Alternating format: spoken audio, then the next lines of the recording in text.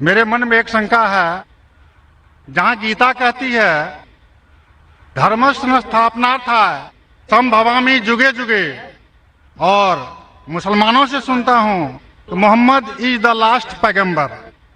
मेरा शक है कि परमात्मा अल्लाह की सृष्टि इनफिनाइट वेव्स में चल रहे हैं, तो इनफिनाइट समस्याएं आगे आएंगी, तो हुआ मोहम्मद द लास्ट पैगंबर।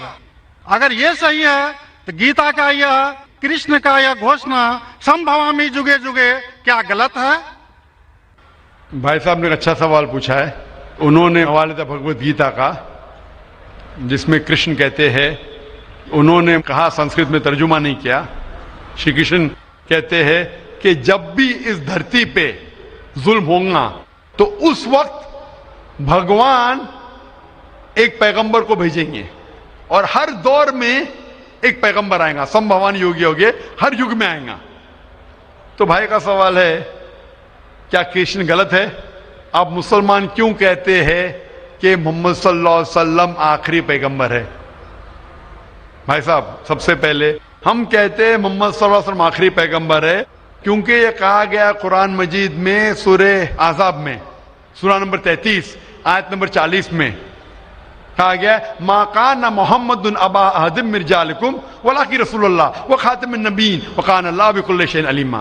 कि मोहम्मद सल्लल्लाहु अलैहि वसल्लम आप लोगों में से किसी के वालिद नहीं हैं, लेकिन खातिमुन नबीय्यीन है, आखिरी नबी है। क्योंकि कुरान मजीद में कहा गया है कि मोहम्मद सल्लल्लाहु अलैहि वसल्लम आखिरी नबी है, हम इस पे यकीन रखते हैं। जहां तक कि आपने कहा श्री कृष्ण, मैं श्री कृष्ण की बात को मानता हूं कि जब भी इस धरती पे गलत काम होंगे उस वक्त खुदा एक पैगंबर को भेजते, और हर दौर में एक पैगंबर भेजेंगे। बिल्कुल गलत नहीं है, आपको समझने में गलती हुई, क्योंकि जब आप पढ़ेंगे भगवत गीता को कहा गया है कि ये वेद का निचोड़ है, it is the nectar of the Veda, Veda का निचोड़ है। और जब आगे आप पढ़ेंगे, लिखा हुआ कल्कि पुराना में, कल्कि पुराना में लिखा है, कल्कि पुराना चैप्टर नंबर 2 श्लोक नंबर 5, 7, 11, 15 में लिखा है कि एक कल्कि अवतार आएंगे जो कल युग में आएंगे, और कल युग आखिरी युग होगा, और ये कल्कि अवतार लोगों को सही रास्ता दिखाएंगे। और ये कल्कि अवतार के वालिद का नाम है विष्णु यास, मतलब भगवान का नौकर, अरबी में अब्दुल्ला, जो नाम थे मोहम्मद सल्लल्लाहु अलैहि वसल्लम के वालिद का। उनके वालिदा का नाम होगा सुमति, सुमति मतलब अमन, शांति, अरबी में होगा आमिना, जो नाम था मोहम्मद सल्लल्लाहु अलैहि वसल्लम के वालिदा का नाम। वो पैदा होंगे अमन के शहर में जो है मक्का। वो पैदा होंगे ऐसे खानदान में जो उस शहर के चीफ होंगे। हम जानते हैं मोहम्मद सल्लल्लाहु अलैहि वसल्लम कुरैश खानदान में पैदा हुए। उनके 4 करीब दोस्त होंगे, हम जानते हो 4 खुलफा राशिदीन है, हजरत अबू बकर, हजरत उमर, हजरत उस्मान, हजरत अली रज़ियल्लाहु अन्हु।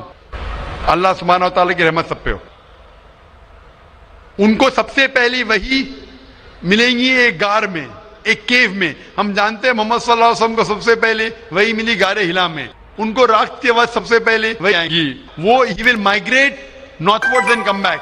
और मोहम्मद सल्लल्लाहु अलैहि वसल्लम मदीना में हिजरत की और फिर से वापस मक्का लौटे। ये सारी निशानियां जो लिखी है कल के अवतार के बारे में, वो हूबहू उतरती है मोहम्मद सल्लल्लाहु अलैहि वसल्लम पे। हर युग में एक अवतार आएगा, आखिरी युग होगा कलयुग। ये कलयुग है भाई साहब, ये कलयुग है, और कलयुग के आखिरी अवतार है कल के अवतार, जिसका नाम कुरान मजीद में लिखा गया है मोहम्मद सल्लल्लाहु अलैहि वसल्लम। तो ये जो आपकी भगवत गीता में लिखा है, मेरे हिसाब से सही लिखा हुआ है कि हर युग में एक अवतार आएगा, और आखिरी युग है लिखा हुआ है कल की पुराना में, वो कल युग है, और कल युग के अवतार है कल के अवतार। तो आप सबको जोड़ेंगे तो पता लगता है कि आपके वेद में भी कई निशानी है मोहम्मद सल्लल्लाहु अलैहि वसल्लम की। कई बार मोहम्मद सल्लल्लाहु अलैहि वसल्लम का जिक्र है, कम से कम 100 हवाले तो मैं दे सकता हूं जिसमें मोहम्मद सल्लल्लाहु अलैहि वसल्लम का जिक्र है।